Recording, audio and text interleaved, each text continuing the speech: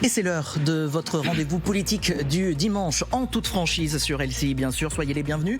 Bonjour, Maude Bréjon. Bonjour à tous. Vous êtes la porte-parole du gouvernement. À mes côtés pour vous interroger, Arlette Chabot, éditorialiste à LCI. Bien évidemment, Olivier Beaumont, chef adjoint du service politique du Parisien aujourd'hui en France, notre partenaire. Bonjour à tous les deux. Bonjour. En seconde partie d'émission, c'est Frédéric Delpech qui nous rejoindra pour poser ces questions du tac au tac. Alors, Maude Bréjon, vous connaissez le principe dans toute franchise. On va débuter par le oui ou non. On plante le décor, vous répondez juste donc par oui ou non et on développera bien sûr ces thèmes jusqu'à 11h. Oui ou non, le gouvernement est-il assuré de passer l'épreuve du budget ? Joker, il reste encore de 49.3 a priori. J'espère. Vous nous développerez ça après. Donald Trump est-il une menace pour l'Europe ? Oui ou non ? Il peut l'être.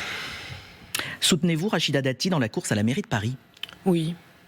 Eh bien, on y reviendra avec notre sondage IFOP tout à l'heure sur les municipales dans la capitale. On apprend ce matin, Maude Bréjon, dans la presse, et c'est une information confirmée par le service politique de TF1 LCI, eh bien que le Premier ministre, je cite, réfléchit à proposer au président de la République un ajustement gouvernemental après la séquence budgétaire, virgule, si elle se termine bien. Ça veut dire quoi ? C'est 1, 2, 3 ministres qui vont sortir parce qu'ils sont lancés dans les campagne des municipales ou parce que ce sont des maillons faibles ? Alors d'abord, vous me posez une question en sachant très bien que je ne pourrais pas vous répondre. Je me dois de vous la poser. Et oui, bien sûr, c'est une prérogative, vous le savez, qui appartient uniquement au président de la République et au Premier ministre.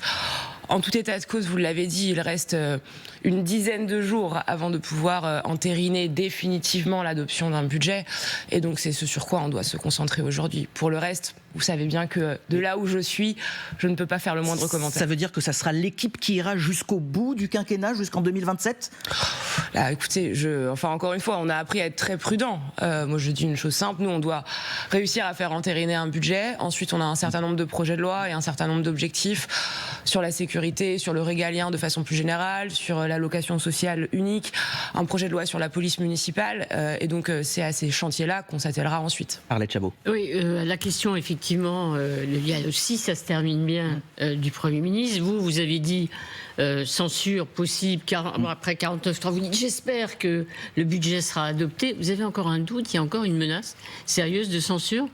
La machine du 49.3 peut se dérégler, l'accord de non-censure ? Ma conviction, c'est qu'il y a aujourd'hui une majorité absolue de députés qui s'accorde à dire que ce budget n'est pas parfait et ne convient pas intégralement à tout le monde, mais qu'il est absolument nécessaire. Et on voit bien le contexte international, le message qu'on enverrait aux États-Unis, à la Russie, aux grandes puissances, si demain on faisait tomber d'un coup un budget et un gouvernement. Bon.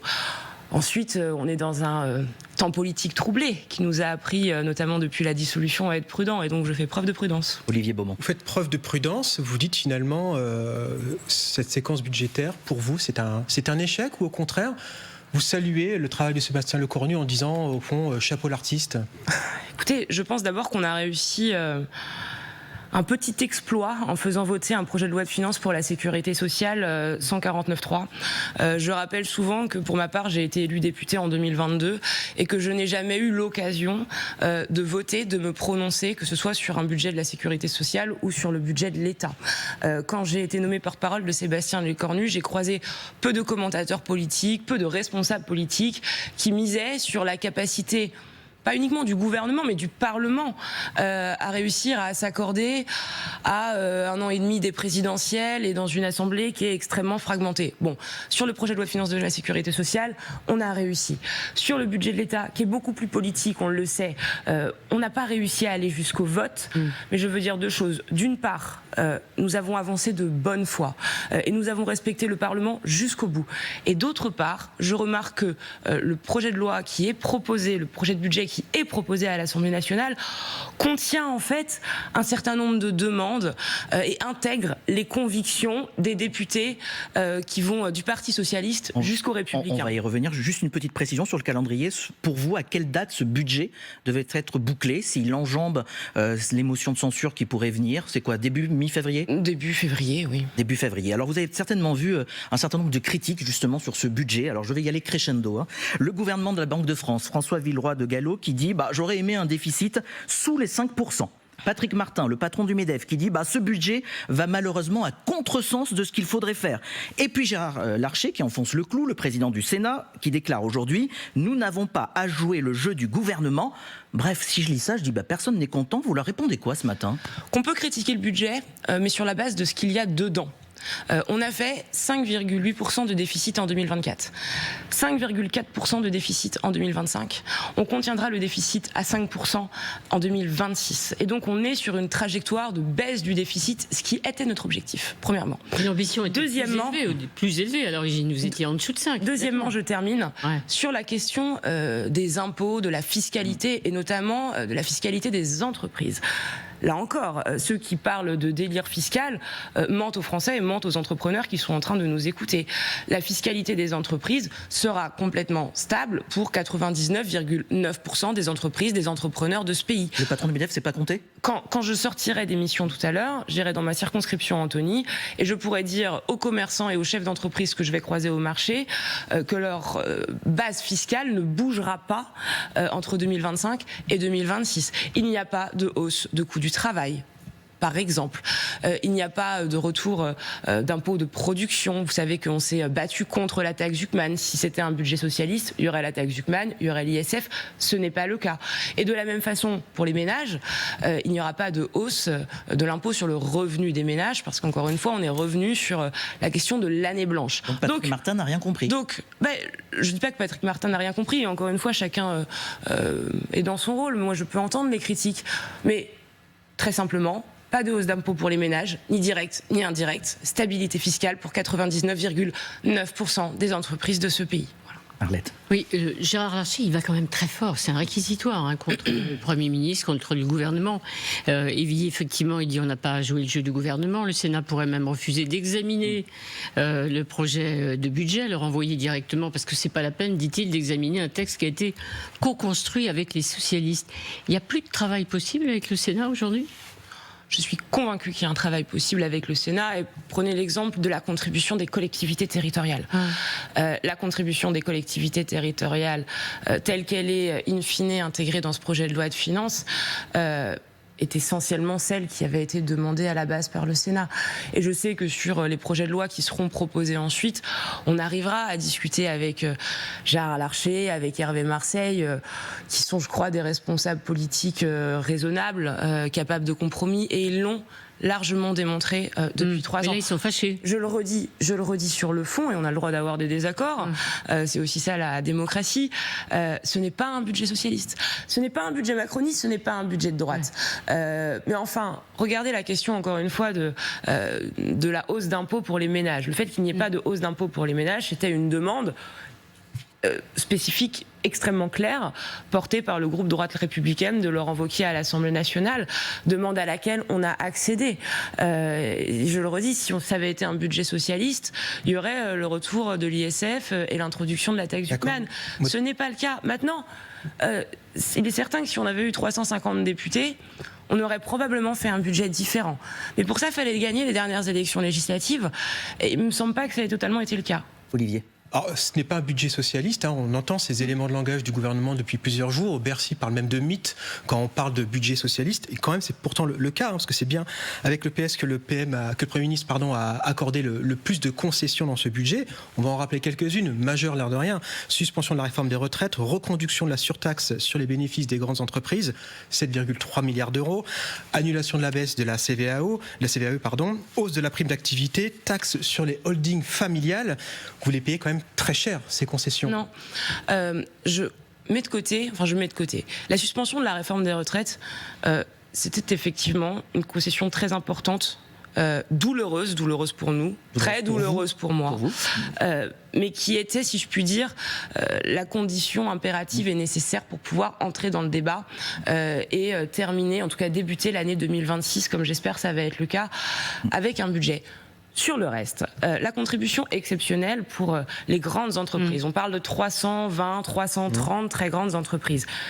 Elle était déjà intégrée dans le budget de l'année passée. J'étais porte-parole de Michel Barnier. C'est un gouvernement avec un Premier ministre, les Républicains, qui a mis en place cette surtaxe exceptionnelle. On l'a reconduit eu égard au contexte budgétaire et au contexte financier, en préservant, en sortant de l'assiette, les entreprises de taille intermédiaire. Est-ce qu'on aurait aimé aller plus loin? La réponse est oui, mais un budget, c'est aussi des choix. Vous voyez, en juillet dernier, le président de la République a fait le discours de Brienne où il a décidé d'augmenter la marche, l'augmentation du budget de la défense, qui devait être d'environ 3 milliards, qui est passé à 6,5 milliards. Si on estime que l'augmentation du budget de la défense est impérativement nécessaire quand on voit le contexte international, il faut bien qu'on arrive à le financer quelque part. Et donc là, encore une fois, des choix ont dû être faits. La question de la CVAE, c'est nous qui l'avions portée, nous l'avions mis dans le budget, c'est-à-dire poursuivre la baisse des impôts de production qu'on a entamée avec le président de la République depuis plusieurs années. C'était environ 1,6 milliard. Et là encore, il a fallu faire des choix. Si on avait ajouté cette baisse de la CVAE d'1,6 milliard, on aurait dû trouver 1,6 milliard ailleurs, peut-être en demandant encore davantage aux grandes entreprises, ou peut-être en demandant des efforts aux ménages français.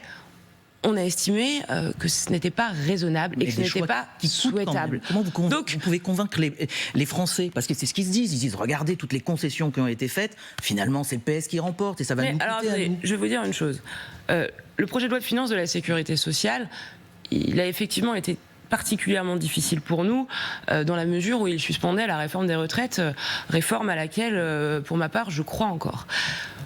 Projet de loi le PLF, le budget de l'État et des collectivités territoriales, pour ma part, et je suis une macroniste historique, je suis plutôt à l'aise avec ce budget. Et je l'aurais voté si j'avais été députée. Pourquoi ?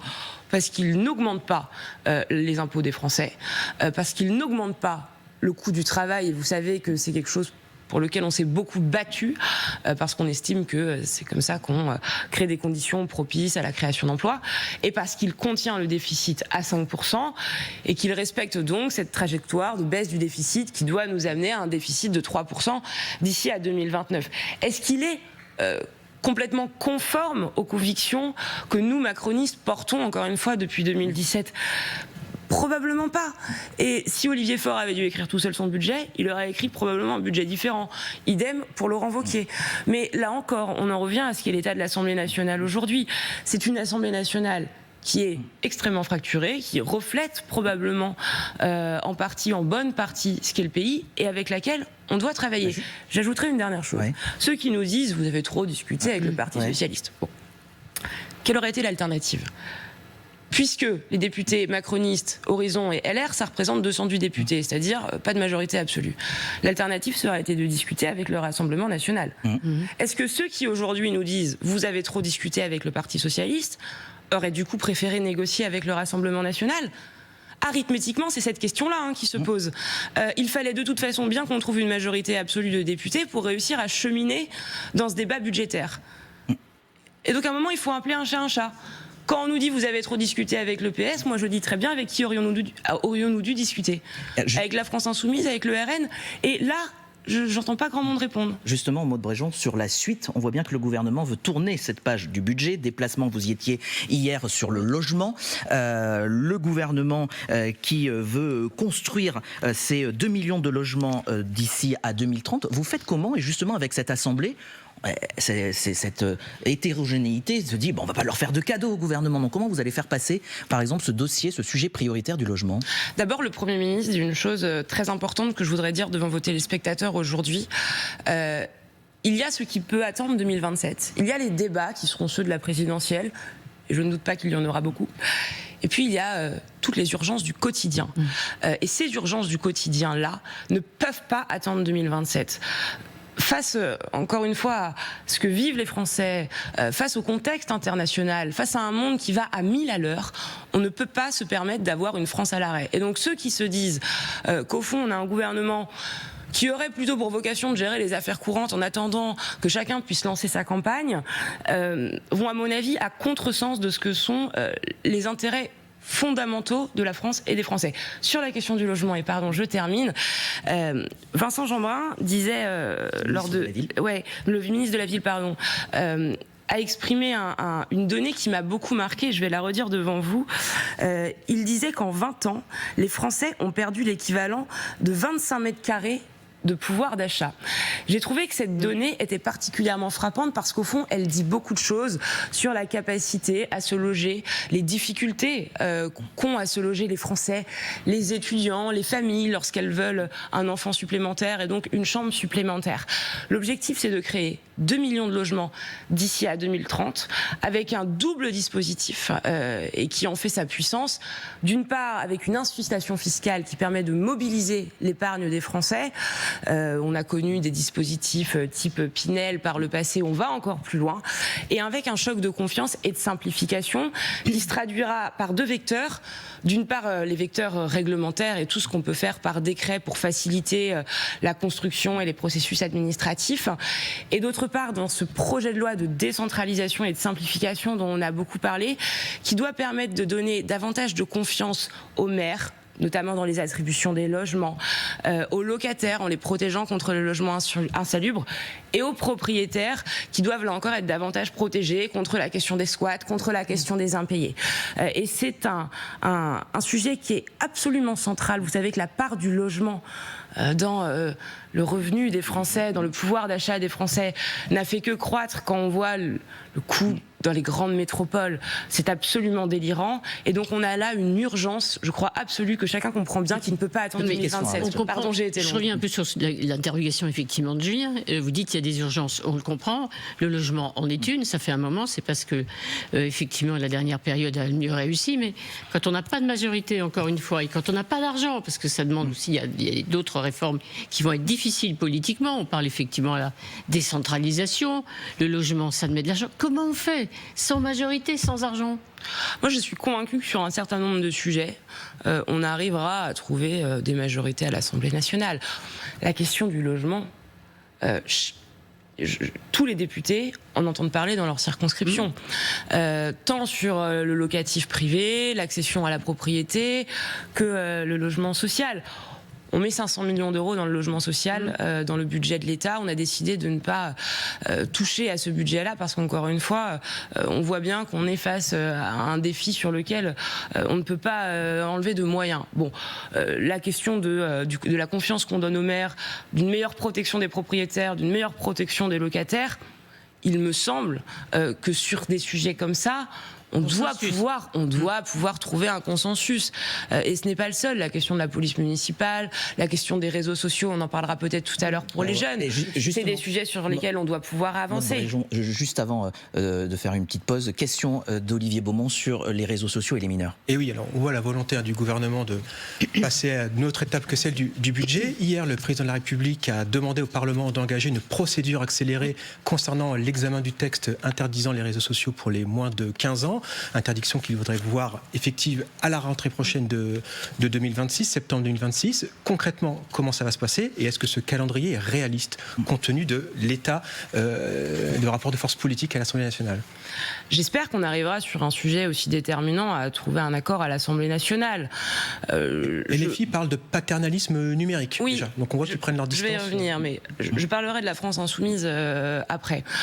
Pour le reste, je pense qu'on arrivera à trouver une majorité absolue sur ce sujet parce qu'on voit bien l'impact pour nos jeunes, notamment. C'est au fond moins une question de simple régulation numérique que de protection de l'enfance et de la jeunesse. Il y a d'ailleurs eu un certain nombre d'initiatives parlementaires qui ont été portées par le groupe de Gabriel Attal, évidemment, qui ont été portés par Laurent Marcangeli du groupe Horizon. Je pense à l'initiative parlementaire d'Agnès Evren pour instaurer une pause numérique, qui est sénatrice LR. Donc c'est bien la preuve, je crois, qu'on arrivera à avancer. Je pourrais aussi citer ce qu'a fait Arthur Delaporte. D'accord, mais dès la rentrée 2026 ? Bon. Et ça se passe comment ?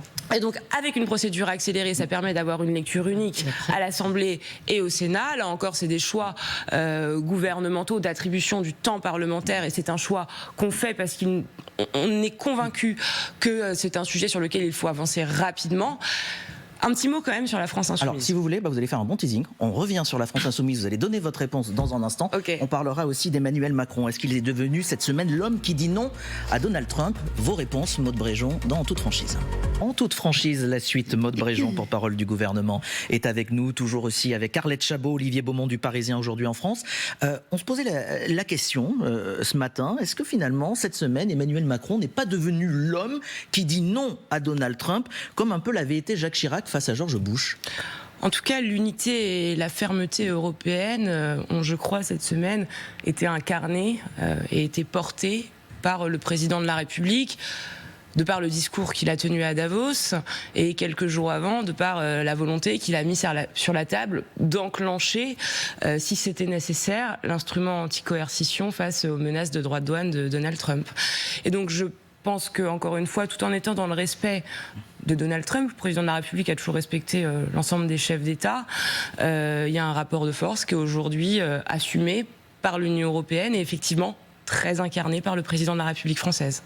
Justement, dans ce rapport de force, dans les relations avec les États-Unis, il faut y voir là clairement un changement de stratégie de la part du président de la République. Vous avez compris, finalement, ça ne sert à rien de ménager et de flatter Donald Trump? Je crois que le président a toujours été très constant sur sa volonté de renforcer l'Europe face aux autres grandes puissances, de travailler avec ces grandes puissances lorsque c'est possible de le faire, et on le fait avec les États-Unis sur un certain nombre de sujets. Je pense notamment à la question de l'Ukraine et des conditions de la paix. Il y a un changement de ton côté. Mais d'être inflexible sur la défense des intérêts européens et sur la défense plus globalement de la souveraineté des nations et de la souveraineté des peuples. Donc vous actez le fait que Donald Trump ne comprend que le rapport de force? En tout cas, ce rapport de force est évidemment aujourd'hui nécessaire, sans que ce soit un rapport de force bête et méchant. Encore une fois, le président de la République, vous l'avez vu, que ce soit dans le ton, dans les mots employés, l'a fait avec beaucoup de respect, sans rentrer dans une surenchère verbale. Donald Trump, mais avec pas aujourd'hui est-ce que c'est encore un allié? En tout cas, il a eu ces derniers jours des mots et des positions politiques peu amicales. Nous, ce qui nous importe, encore une fois, c'est la constance sur ce que l'on porte. La défense des intérêts européens, et je le redis, la souveraineté des peuples. Et donc, c'est le cas pour l'Ukraine, c'est le cas pour le Groenland. En matière économique, l'Europe doit se muscler, doit se renforcer. Et lorsqu'on est attaqué, ou lorsque certains menacent de nous attaquer, on doit être en capacité de répondre avec un degré similaire, d'où l'expression, la nécessité évoquée par le président de la République d'utiliser l'instrument anti-coercition qui, je le rappelle, a été voté sous la présidence française de l'Union européenne. Vous parliez de menaces, Arlette Chabot. Oui, dans leur stratégie de sécurité nationale définie donc par les Américains au début du mois de décembre, ils regrettent l'effacement civilisationnel, effectivement, de l'Europe. Et puis ils se réjouissent de voir la montée en influence des partis patriotiques en Europe. Ça veut dire que vous redoutez, après l'influence russe, qui est aussi une influence américaine sur les prochains rendez-vous électoraux et notamment l'élection présidentielle? Nous sommes vigilants aux ingérences d'où qu'elles viennent, et donc je n'ai pas plus de commentaires à faire là-dessus. C'est une ingérence selon vous déjà, ça? Pardon ? C'est une ingérence. C'est vous qui me parlez d'éventuelles ingérences. Oui.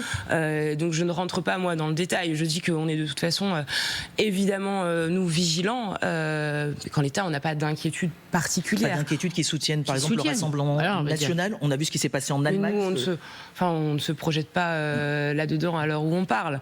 Et on parlera peut-être des élections de 2027 après. Mais enfin, pardonnez-moi quand même, la capacité qu'on aura, et je l'espère profondément, à éviter le Rassemblement national en 2027, elle dépend d'abord de nous.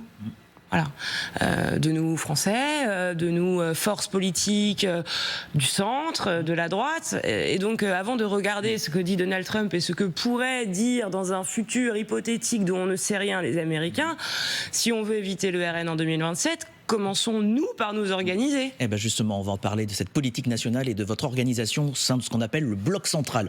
On va dire, j'aimerais d'ailleurs d'abord vous proposer 3 images de la semaine. Allez, une photo et 1 ou 2 mots, pas plus pour les décrire, qualifier ce que vous voyez. Première photo, c'est Marine Le Pen au tribunal, procès des assistants parlementaires européens. Ça vous inspire quoi? Justice. Deuxième photo, place au grand remplacement. Ce n'est pas Éric Zemmour qui le dit cette semaine, mais c'est Jean-Luc Mélenchon. 2 mots, communautarisme électoral. Et la troisième photo, celle de la gauche, à Tours, réunie, mais sans LFI, sans Raphaël Glucksmann, pour une primaire fixée le 11 octobre prochain. Bien joué. Ah, c'est-à-dire bien joué, parce que eux, je traduis, eux y arrivent. Oui, en tout cas, vous savez que moi, je plaide tant que possible pour l'union de la droite et du centre en vue de 2027. Ma conviction, c'est qu'on doit avoir un seul et unique candidat au second tour. Donc, je constate qu'une partie de la gauche aujourd'hui se parle. Alors, je ne sais pas s'ils réussiront. Et par ailleurs, moi, je ne suis pas de gauche, donc ça ne me concerne pas directement. Mais enfin, qu'ils font cet effort-là de se mettre autour de la table. Et j'aimerais que de notre côté, de Renaissance à LR, en passant par Horizon, par le MoDem, par toutes ces forces, encore une fois, de la droite et du centre, on soit dans une démarche similaire, au moins de dialogue. Ça veut dire que de toute façon, selon vous, il n'y a pas de place pour deux candidats. C'est un candidat de la droite et un candidat du centre. C'est trop pour essayer d'être qualifié au second tour. Et est-ce que vous imaginez des primaires allant de Gabriel Attal jusqu'à Bruno Retailleau, Laurent Wauquiez ? Alors, première question. Je pense que face à un rassemblement national qui, on le sait aujourd'hui, est très puissant, et face à une gauche qui se structure, et c'est bien légitime, si on a 2-3 candidats au premier tour, tout ce petit monde regardera le débat du second tour depuis son canapé. J'ajoute par ailleurs que les électeurs aujourd'hui, me semble-t-il, de Gabriel Attal, d'Édouard Philippe et d'une partie des Républicains sont sensiblement les mêmes. On a au fond, me semble-t-il, un corpus idéologique en commun. Est-ce que ça veut dire qu'on est d'accord sur tout? Non, mais enfin au sein même de chacun des partis, les responsables politiques ne sont pas d'accord sur tout. Et quand on est face à un tel risque d'avoir un second tour entre M. Mélenchon, par exemple, et M. Bardella ou Mme Le Pen, on ne peut pas faire courir au pays ce risque-là. Il y a une responsabilité qui n'est pas une responsabilité partisane d'ailleurs, qui est une responsabilité historique que vont avoir chacun des candidats ou des possibles candidats qu'on évoque aujourd'hui dans la presse. Vous soutenez-vous déjà un candidat? On dit que vous êtes, néologisme, darmaniste, donc soutien de Gérald Darmanin. En tout cas que vous êtes proche, ça fait partie des personnes avec qui vous travaillez, que vous aimez bien discuter, avec qui vous aimez bien discuter. Vous pourriez le soutenir en 2027? On verra si Gérald décide d'être candidat. Darmaniste, quand je l'entends, moi c'est plutôt un compliment. Parce que je pense que c'est quelqu'un effectivement qui a une grande expérience, qui a un bon bilan dans les ministères dans lesquels il a travaillé et qui porte sur le fond une ligne de droite sociale qui me convient bien. Pour autant, aujourd'hui, moi je ne soutiens personne à l'élection dans ce champ politique-là, précisément parce que je considère que la première question à laquelle il faut qu'on réponde, et si je puis dire tous en chœur, c'est cette nécessité impérative d'avoir un candidat unique. Et donc je ne veux pas moi-même contribuer à ce qui serait ensuite une forme de division. Vous voyez, je peux pas dire d'un côté, il faut un candidat unique, et de l'autre, voilà mon candidat. Il y aurait une forme de contraste entre ces deux affirmations. Ça veut dire primaire. Vous les imaginez organiser une primaire entre eux? C'est possible, vous le souhaitez? Il y a la primaire. La primaire est une possibilité. Il y a probablement d'autres possibilités. En l'état, avant même de parler de processus de désignation, quel qu'il soit, qu'ils se parlent. Vous voyez Gabriel Attal, vous voyez Édouard Philippe reculer. Eux disent que ce seront les sondages finalement qui désigneront naturellement le meilleur d'entre eux. Les autres s'effaceront. En tout cas, les batailles d'ego ne doivent pas laisser la place à un second tour entre Jean-Luc Mélenchon et Jordan Bardella. Et quel que soit le moyen de sélection choisi à la fin, moi je le soutiendrai. Je dis en revanche une chose simple, tout ce petit monde doit se parler. Enfin, pardonnez-moi, je vais être un peu plus direct, vous voulez qu'on compte le nombre de candidats potentiels? Là aujourd'hui, Gabriel Attal, Édouard Philippe, Bruno Retailleau, Laurent Wauquiez, Gérald Darmanin, Xavier Bertrand, Elisabeth Borne, enfin bon, David Lisnard, mais donc, on voit bien que tout ça, c'est quand même pas très sérieux. Olivier Beaumont. S'ils ne se parlent pas, c'est foutu pour 2027. Si on a 2 ou 3 candidats au premier tour, il n'y a pas besoin d'avoir 20 ans de politique derrière nous pour savoir comment ça risque de se terminer. Et vous savez, par ailleurs, moi j'entends autour de moi beaucoup de Français inquiets de ce second tour entre Jean-Luc Mélenchon et Jordan Bardella. J'entends beaucoup de Français dans ma circonscription qui me disent une chose simple. En 2027, ils me le disent comme ça. En 2027, il faudra vous mettre d'accord. Bon, moi, avant 2027, il y a déjà les municipales qui arrivent dans un mois et demi. Là aussi, c'est notre paire de manches. Vous avez peut-être vu ce sondage réalisé par l'Institut IFOP pour LCI avec le Parisien aujourd'hui en France. Regardez ses intentions de vote au premier tour de l'élection. Emmanuel Grégoire à 32%, Rachida Dati juste derrière à 28%, puis les autres candidats, Pierre-Yves Bournazel, 14%, Sophia Chikirou, LFI, 11%, Sarah Knafo pour Reconquête, Éric Zemmour, 9%. Vous nous avez dit au début que vous soutenez Rachida Dati dans cette campagne. Comment vous la voyez là? Vous voyez, c'est Emmanuel Grégoire, vous dites, et puis on a une candidate Dati, puis Bournazel, est-ce qu'il peut faire de la gauche? Là aussi, on n'a pas réussi à trop se mettre d'accord, non? Moi, je dis une chose simple. Bon, d'abord, je ne vote pas à Paris, je ne suis pas parisienne, mais enfin, du fait de mes fonctions, j'y passe quand même un petit peu de temps. Et puis vous avez une ministre, pour l'instant, qui est toujours à la culture, qui est engagée. Ma conviction, c'est qu'il faut l'alternance à Paris. Et que donc, la capacité qu'on a à mettre en œuvre cette alternance dépend de la capacité qu'on va avoir à se rassembler. Je vois qu'aujourd'hui, Rachida Dati est indéniablement celle qui incarne le mieux l'alternance et qui est le plus en capacité d'arriver à décrocher l'alternance pour Paris. Ça impliquera, je l'espère, et je sais que ce n'est peut-être pas l'avis de tout le monde, mais ça impliquera, je l'espère, que les forces politiques, encore une fois, qui composent la droite et le centre, arrivent, le moment venu, quand elles l'estimeront nécessaire, c'est pas à moi de le dire, mais à se retrouver. Alors justement, l'alternance, mais à quel prix? On voit dans ce sondage très intéressant, Sarah Knafo est créditée de 9% d'intention de vote. Il suffit qu'elle soit à 10 pour qu'elle soit qualifiée pour le second tour. Que se passe-t-il entre le premier tour et le second tour avec Rachida Dati?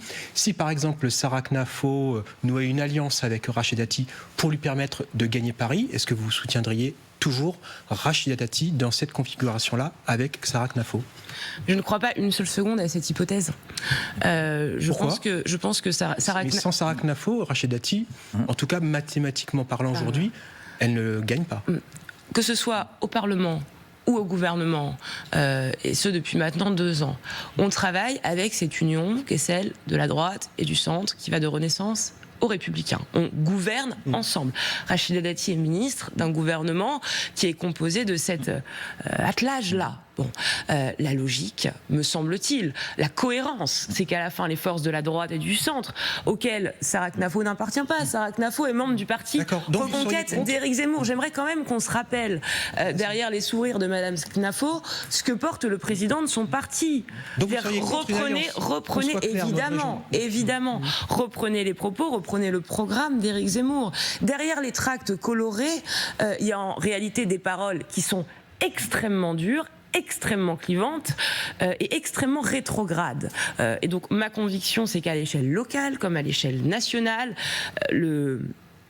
l'espace politique cohérent, où on se retrouve sur des valeurs, où on se retrouve sur des convictions, où on se retrouve sur des projets, c'est l'espace de la droite et du centre. Et donc, je souhaite, moi, qu'on arrive à avancer dans le cadre de cet espace-là, de ce collectif-là, tant à l'échelle locale, c'est ce qu'on fait dans bon nombre de villes, par exemple chez moi dans les Hauts-de-Seine, qu'à l'échelle nationale, pour les prochaines élections présidentielles. Il y a une question quand même, de manière générale, un peu sur les macronistes qui n'ont pas réussi ou qui ne devraient pas réussir à conquérir une ville. Ça fait 9 ans que Emmanuel Macron est à l'Élysée, et là, on n'annonce pas une victoire d'un candidat Renaissance dans une ville. Qu'est-ce qui se passe? Qu'est-ce que vous avez raté? C'est très étonnant quand même qu'il n'y ait pas de... Et vous savez, Gabriel Attal a choisi une stratégie qui me semble être... évidemment la bonne, celle de ne pas aller planter des drapeaux dans les 35 000 communes de France. Là où nous estimons qu'il est nécessaire de se présenter parce qu'on est fondamentalement en désaccord avec la municipalité sortante, alors on le fait. Et là où on estime que on peut travailler avec la municipalité sortante, je prends encore une fois, je citerai pas d'exemple, mais dans les Hauts-de-Seine, c'est le cas d'un bon nombre de villes dans mon département, eh bien on travaille avec les maires sortants. Ça, c'est le discours qu'on tient quand on est sûr de ne pas gagner, en fait. Oui. Non, c'est le discours qu'on tient quand on estime que localement, un maire a fait du bon travail. Vous voyez, dans ma circonscription, je soutiens les maires sortants parce que j'estime que le projet porté depuis plusieurs années est le bon, que les résultats façon-là, que les gens sont satisfaits. Dans des grandes villes ou des tailles moyennes sont en capacité de remporter une ville sous les couleurs de Renaissance. Si je prends l'exemple encore une fois des villes auxquelles je m'intéresse, c'est-à-dire que je m'intéresse le plus dans ma circonscription, je trouve que le bilan des maires sortants est bon. Je suis d'accord avec eux sur le fond. D'ailleurs, tant sur le plan local que sur le plan national. Pourquoi voudriez-vous que j'aille leur mettre un candidat en face par pure logique partisane, alors qu'au fond on est d'accord sur tout et que par ailleurs ils m'ont eux-mêmes soutenu aux dernières élections législatives. Il y aurait quand même quelque chose de complètement incohérent. On va faire venir nous rejoindre Frédéric Delpech pour ces questions du tac au tac. Je voulais juste rebondir sur une réponse que vous venez de faire à Olivier. Nous, on n'est pas là pour planter un drapeau dans les 35 000 communes. Ça peut paraître, c'est dingue comme non, c'est du bon sens. C'est du bon sens. Les élections locales et les élections nationales, c'est deux scrutins complètement différents. Et moi, j'estime que partout où les maires sortants on fait du bon boulot, où les gens sont contents. Vous savez, il y a plein de maires qui ne sont pas affiliés à un parti, divers droite, divers gauche, et ils ne se baladent pas avec leur carte électorale, qu'ils soient PS, LR, Renaissance, peu importe. C'est des gens qui sont dévoués au quotidien de leurs habitants, parfois dans des petites communes. Et donc là où on peut les aider, parce qu'on estime que, encore une fois, on a matière à converger, il faut qu'on le fasse. On ne peut pas dire sur le plan national, il faut le dépassement, on veut réunir toutes celles et ceux qui, de bonne volonté, veulent arriver à avancer ensemble, et localement, et dire non, nous, on a une position hégémonique parce que, vous voyez, il n'y a que le parti qui compte. Ce ne serait pas cohérent. C'est donc à votre tour, Frédéric Delpech. Bonjour Frédéric, vos questions du tac au tac. Question courte, réponse courte. Alors pour revenir d'un mot sur ce que vous disiez tout à l'heure, les réseaux sociaux interdits aux moins de 15 ans, comment concrètement vous faites ? Il y a beaucoup d'interrogations. Les parents se disent, mais comment c'est possible d'interdire ? C'est un projet de loi qui comporte deux dispositions majeures. D'une part, effectivement, l'interdiction des réseaux sociaux pour les mineurs. Et là, on se basera notamment sur ce qui est en train de faire l'Australie. Alors, ça prend du temps, ça nécessite l'implication des plateformes, mais on peut y arriver. Il y a les outils techniques et technologiques nécessaires pour qu'on puisse y arriver. Par ailleurs, le projet de loi, la proposition de loi de Laure Millar a été retravaillée suite à l'avis du Conseil d'État pour garantir encore une fois la constitutionnalité de ce que contiendra ce projet de loi. Et ensuite, il y a une partie qui est portée par l'Éducation nationale et avec un amendement gouvernemental porté par mon collègue Édouard Geffray pour interdire les smartphones au lycée. Voilà, là encore, ça nous semble une mesure de bon sens parce que le temps de l'éducation, le temps de l'école, de la primaire jusqu'au lycée, mais c'est pas le temps du téléphone. Alors, l'Assemblée, le Sénat, il y a quelques jours, le Sénat a rejeté l'article clé sur la loi fin de vie, a même montré son opposition au principe de l'euthanasie et du suicide assisté. Est-ce que ça veut dire que ce projet phare du deuxième quinquennat Macron risque d'être enterré ? Le projet de loi, les deux projets de loi d'ailleurs, parce qu'il faut être précis, il y a un projet de loi qui concerne les soins palliatifs, qui vise à renforcer les moyens des soins palliatifs, et un projet de loi effectivement qui touche à l'euthanasie et à l'aide à mourir. Ces deux projets de loi vont continuer leur cheminement parlementaire, et donc ils arriveront dans les semaines à venir à l'Assemblée nationale. Moi je dis une chose simple, là-dessus il faut un profond respect vis-à-vis de toutes les positions, peu importe d'où elles viennent. Je note d'ailleurs qu'à l'Assemblée nationale, il y avait eu des débats extrêmement respectueux. Pour ma part, vous êtes sur le sujet. Alors j'ai évidemment voté pour le renforcement des moyens des soins palliatifs parce que je suis convaincue que la priorité doit être donnée aux soins. En revanche, sur la question de l'euthanasie et de l'aide à mourir, j'ai émis effectivement des doutes importants. Je m'interroge sur ce que nous sommes en train de faire. Est-ce qu'on n'ouvre pas là une boîte de Pandore ? Est-ce que tout ça ne constitue pas une rupture absolument majeure, et donc voilà, je me suis abstenue en première lecture. Maintenant, les sénateurs vont un peu dans votre sens.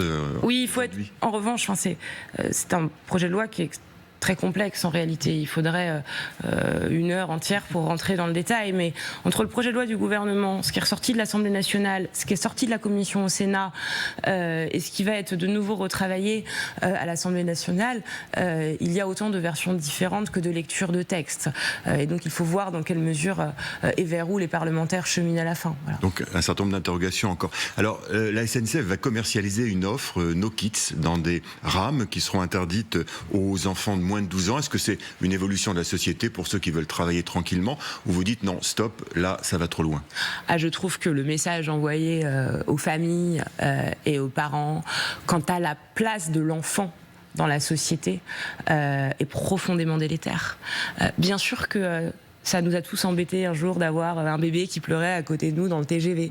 C'est pas toujours très agréable, mais enfin, on ne peut pas vouloir encourager la société française, les Français, les parents, à faire des enfants à un moment où on voit que la démographie est en baisse et que cette baisse devient très inquiétante pour l'avenir de notre pays, et en même temps envoyer le message de, au fond, si vous avez des enfants, vous dérangez. Et comment peut-on laisser penser que les enfants qui constituent l'avenir d'une société, quelle qu'elle soit, puissent déranger dans cette société? Le gouvernement peut intervenir, peut dire à la SNCF non, renoncer. On n'est pas dans une économie administrée, donc les entreprises font le choix qu'elles veulent. Mais enfin, j'observe qu'il y a cet exemple-là. J'observe qu'il y a des hôtels aujourd'hui, vous savez, qui refusent désormais d'accueillir des enfants. Mais pardon, quelle société? Vous avez le bébé qui pleure, mais quand vous avez un enfant qui a 8-10 ans et dont les parents ne disent rien, c'est aussi une question d'éducation. Vous êtes d'accord? Je suis d'accord, mais ce que je dis, c'est quelle société voulons-nous? Si on veut une société sans enfants, c'est une société qui se meurt. C'est ça le message envoyé. Merci beaucoup Frédéric Delpech pour vos questions de tac au tac. Il nous reste une petite minute pour terminer. Je pense que vous avez lu la page 6 du Parisien aujourd'hui en France ce matin, Maude Bréjon, l'équilibriste, dans votre journal, Olivier Beaumont. Et oui, il y a une phrase qui nous a interpellés, celle d'un conseiller spécial du président de la République qui parle de vous et qui dit que vous faites en ce moment le job le plus difficile dans un climat chrysogène, je le cite. C'est vrai, c'est dur d'être porte-parole du gouvernement dans cette période? Je pense que c'est dur à toutes les périodes.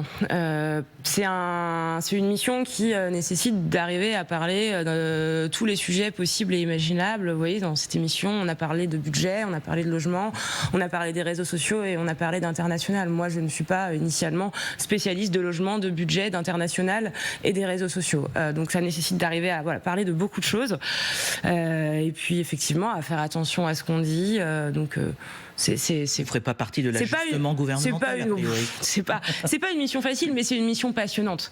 Passionnante parce que, encore une fois, on apprend sur plein de choses et parce que dans un contexte où les Français écoutent de moins en moins la parole politique et la parole publique, prendre le temps de l'expliquer et essayer de mettre en avant ce qu'on fait avec des mots qui soient compréhensibles pour les uns et les autres et sans cliver, je trouve que ça a du sens. Merci beaucoup Maude Bréjon, porte-parole du gouvernement. Vous avez dit beaucoup de choses ce matin dans toute franchise sur LCI.